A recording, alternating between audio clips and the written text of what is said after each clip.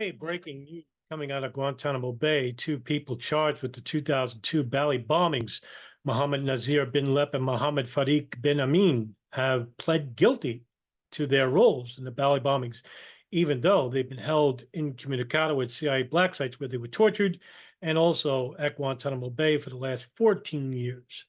Um, it's right out of the blue. In fact, they made a deal with the government in that they would actually uh, give evidence against the alleged mastermind of the 2002 Bali bombing attacks, Isamuddin, also known as Hambali, who is currently held at Guantanamo Bay. And I did a long article on him, which I'll um, release to the description box for you to read. But let's read here. Two Malaysians in Guantanamo Bay pled guilty to conspiring in the Bali bombings. Malaysians Mohammed Nazir bin Lep and Mohammed Farik bin Amin have pled guilty to conspiring in the co-conspiring in 2002 Bali bombings that killed more than 200 people. It's the second most deadliest terrorist attack in the 9/11 period, with 9/11 being number one. A lot of people don't talk about the Bali bombings either, and I'm surprised at that. There's a huge connection between them and bin Laden. Bin Laden is alleged to have given a blessing, and allegedly the members of the group Jemaah Islamiyah, which is an Indonesian terrorist group with close connections with Al Qaeda, it's alleged that they got the bomb-making materials from them. The two men appeared in front of a military court at the U.S. Naval Base in Guantanamo Bay on Tuesday, in proceedings broadcast via a video link to reporters in the United States.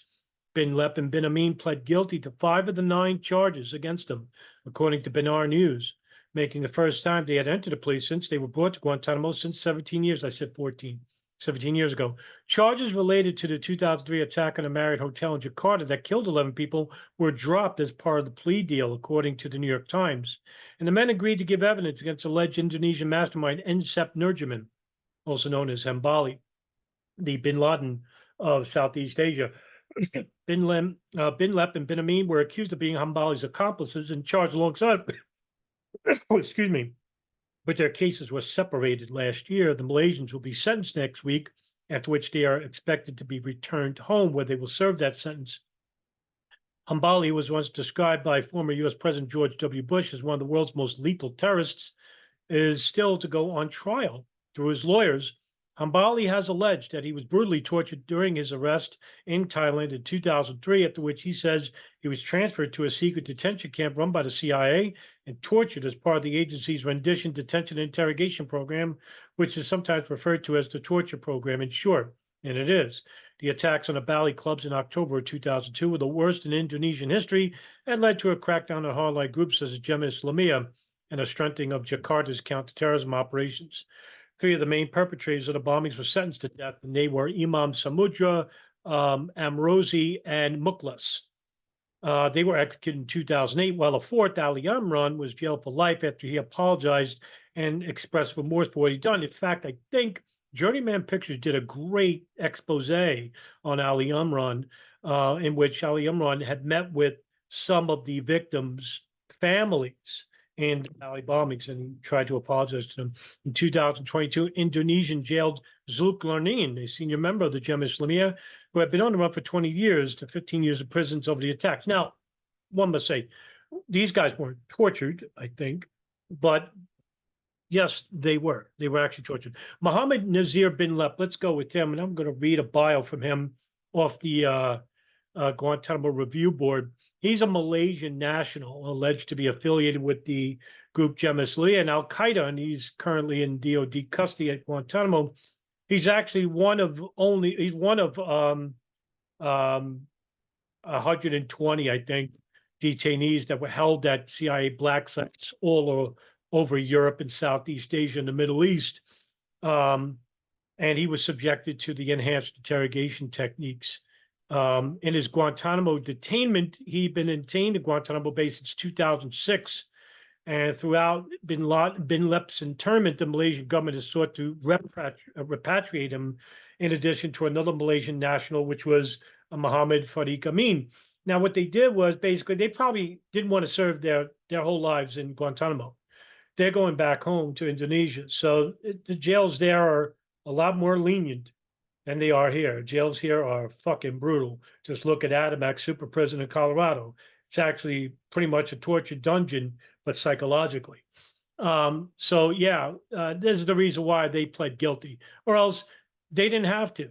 In fact, they would have been a forever detainee, just like Abu Zubaydah is. There's no evidence against them, but they're too dangerous to release.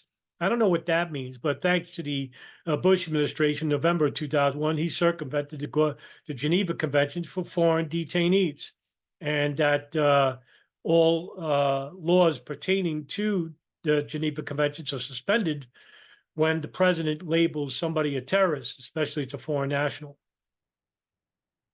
Um, and so he went through a lot there. And Mohammed Farik bin Amin, he's alleged to be a senior member of Jemaah Islamiyah and Al Qaeda as well, and he's currently also in Guantanamo, Indian Ocean island of Diego Garcia, and that is basically near the British Indian Territory, where these two men were confessed to as scouting out possible sites for terrorist bombings throughout Thailand. And Time magazine actually wrote a report that Mohammed Farik Amin and Mohammed bin Lep and Hambali, these three were captured together in central Thailand on August 11, 2003. And the document says that Hambali and bin Lep were captured together, but only that Amin was captured sometime in 2003. There's some discrepancy there. Nevertheless, they were all captured in that. Now, here's the thing that CIA said when they tortured Mohammed Farik bin Lep, bin Amin, bin Amin, that through the torture, they got actual intelligence, and he was tortured at CIA custody at Cobalt, which was a detention site. And supposedly that his information stopped a number of terrorist bombings and led to the arrest of Hambali, which was not true because the Senate Select Committee on Intelligence Committee study the Central Intelligence Agency detention and interrogation program, the report said that bin Amin and bin Lep's information didn't give the whereabouts of Hambali. Actually, they got Hambali through signals intelligence. Remember what I said about signals intelligence, the NSA, and Thailand's own investigation as well, that were running in a safe house, and that's how they captured Hambali with his girlfriend and whatnot. At the same time, they caught bin Lep and bin Amin not too far from there. Here's the thing, is that all three of these guys were tortured. They were sent to CIA detention sites. Some of them went to Cobalt. One went to, I think, I'm reading his profile now, and it doesn't say where bin Lep was held at. But bin Amin, Mohammed Farik Amin was held at CIA Cobalt. And I think Hambali went to Lithuania or another country where he was tortured as well. In fact, when I look up Hambali, Riduan Isamuddin, he's also known as, he was 75 kilometers north of Bangkok, where he was captured along with bin Amin.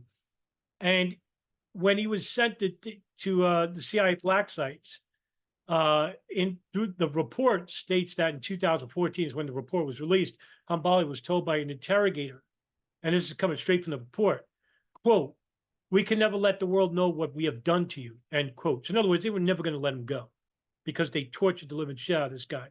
You think he was going to say what they wanted to hear? Sure. Is he guilty? I don't know. Now, he could be. He could be a mad bomber. His history says so. But at the same time, when it comes to certain instances, I don't know. I don't know. And that's exactly where this whole problem comes, right?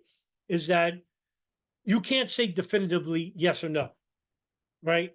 You're through the evidence or the lack thereof, you basically can't, without it, you cannot specifically definitive state that he was guilty or innocent, right? And maybe this was the whole reason for the CIA detention and interrogation program, was that they'll torture everybody involved with 9/11. Khalid Sheikh Mohammed, Ramzi bin al-Shib, Mustafa al-Hassawi, Amr al-Baluchi, Tawfiq bin Atash, Khalad, right? Those are the five charged for the 9/11 attacks. for the Bali bombings, you had Riduan Isamuddin, Hambali, right, and Sap Nurisman, Mohammed Nazir bin Lep, and Mohammed bin Farik Amin, right? They were captured. They were sent to CIA black sites and they were tortured. Everybody was tortured in the two worst terrorist attacks in the United States. Even with the USS Cole bombing, they tortured Taufik bin Attash and they tortured al-Libi, right? I'm sorry.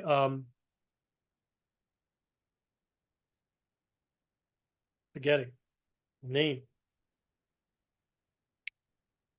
Forgive me. I forgot. It's another guy. Um, but they were tortured. Everybody was tortured on these sides. Now, this is something, right? The FBI doesn't, have clean hands in this, but they didn't do physically the torture. It was the CIA that did this. They just passed questions to the CIA because the CIA is not. They don't have what it takes in regards to interrogation. CIA, they're ignorant regarding this area. The FBI has long experience, especially New York field office, Washington field office, right? Phoenix, Oklahoma City. So they have these seasoned agents that dealt with counterterrorism. CIA doesn't. They have a bunch of analysts that don't know what the fuck they're doing, right? Now, the field officers, they would know, but they're not involved in this. They're not involved in any of this. The analysts are, the office people, the people that handle analytical information only cables, priority cables, type things of this nature. And they disseminate this information. Who they disseminate to? Policymakers. That's who. And what they do with the information is whatever, right? Whatever. Hey, this is what we got. So you have a bunch of analysts collecting information, and they don't know how to, talk to these terrorists, right? Alleged terrorists. And so the FBI is involved. They get the FBI, and the FBI doesn't want to get there and say, "Hey, we don't do torture. We're bound by American laws, and we don't do that." Now you guys could do whatever you want. We'll pass you the questions. We'll help you. And that's what they did, right? It's alleged Ali Soufan knew this. I don't know, but he wasn't involved with the torture of Abu Zubaydah. In fact, he was getting somewhere with Abu Zubaydah. In fact, Ali Soufan and another agent actually went to the bedside of Abu Zubaydah and said, they showed him pictures. And that's how Abu Zubaydah pointed out and said, Mukhtar, how do you know about Mukhtar? And they said, oh, we know everything about Mukhtar. But they didn't know anything. Mukhtar is the nickname of Khalid Sheikh Mohammed. And Abu Zubaydah said on his bedside, this is before he was tortured. Okay. Can't say he was tortured. He said that this is the man who talked about the planes operation. And Ali Soufan played off. He said, yeah, we know about that.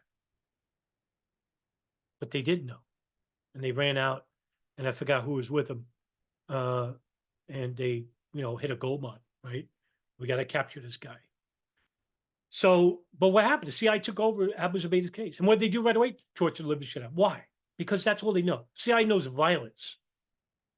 And when you get CIA contractors like Bruce Jessen and James Mitchell, right, they come with the SEER program, they bring it to the Department of Defense, and they say, hey, listen, we can run these programs, reverse psychology on these people, train them to basically tell us information with the threat of violence.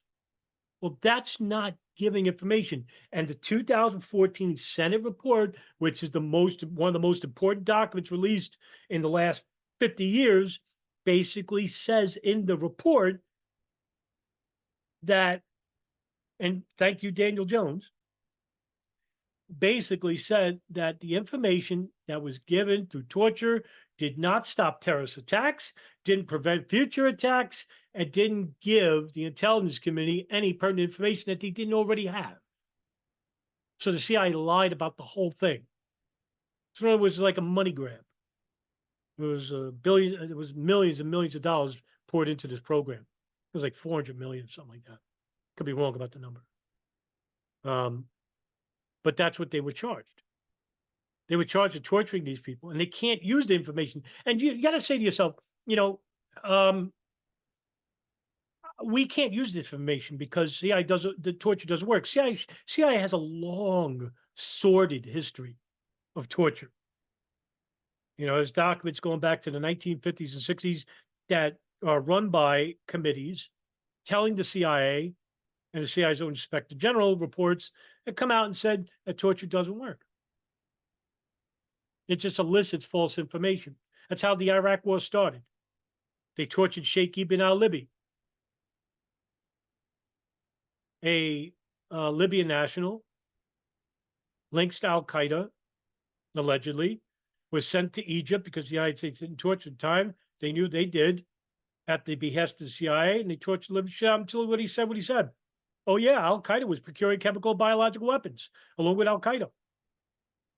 Colin Powell went right to the United Nations Security Council, said this is enough to go to war with, and guess who was sitting right behind him? George Tenet. That's where the information came from, but it was false because afterwards, investigators found out that Al Qaeda was never in Iraq.